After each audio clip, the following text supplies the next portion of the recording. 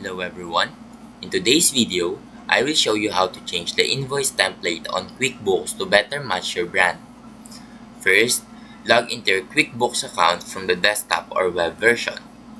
Head to the settings by clicking on the gear icon in the top right corner. Next, select Custom Form Styles under the Your Company section. This is where you can manage and edit the layout and design of your invoices. From here, you can either choose to edit an existing invoice template or click on New Style to create a new one. Select Invoice as your form type. Now you can customize the invoice with your company's logo, colors, and layout preferences. Change the font and add sections and modify the format to suit your needs.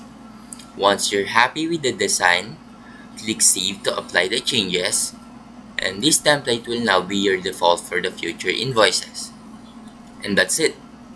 You have successfully changed the invoice template on QuickBooks. Now if you found this video helpful, please leave a like and subscribe.